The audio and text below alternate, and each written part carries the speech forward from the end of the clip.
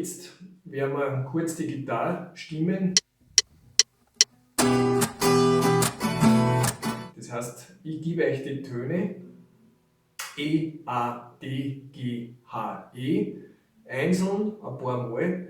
Somit kannst du, falls dein Stimmgerät oder wie auch immer ein bisschen ein Problem macht und du das vielleicht auch nicht lesen kannst, was will das Stimmgerät jetzt von mir, kann ja vorkommen. Ist es gut, wenn man das mit der Zeit schult, dass man horcht, wo ist der Ton ungefähr? Muss ich höher, muss ich tiefer, und das kann man da gut üben. Ich gebe jetzt einmal die dicke E-Saiten.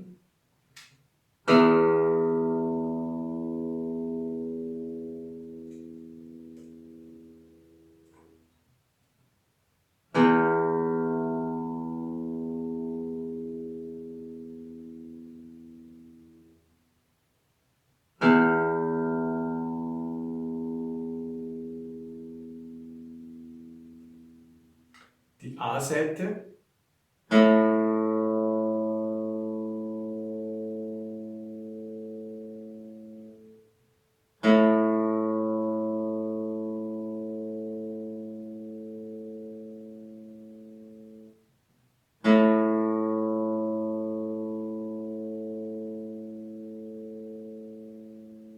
Die D-Seite.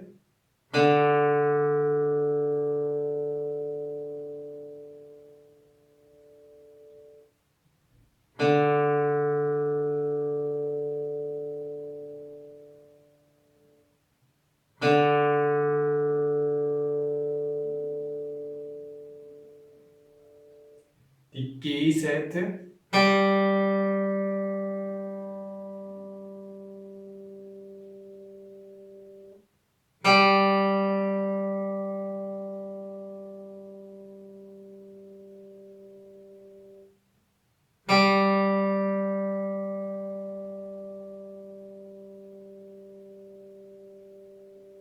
Die H-Seite.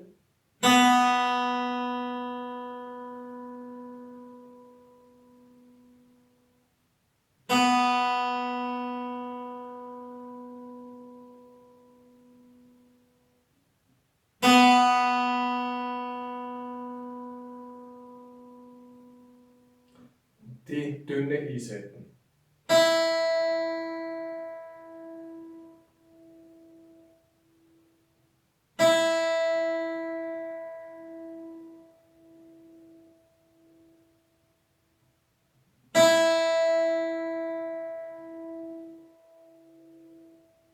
Jetzt nochmal alle durch.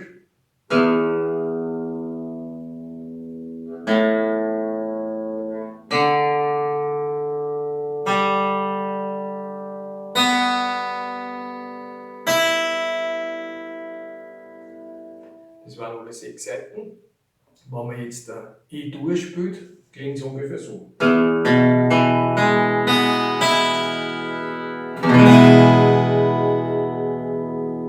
Jetzt ist die Gitarre gestimmt und jetzt werden auch die Akkorde klingen.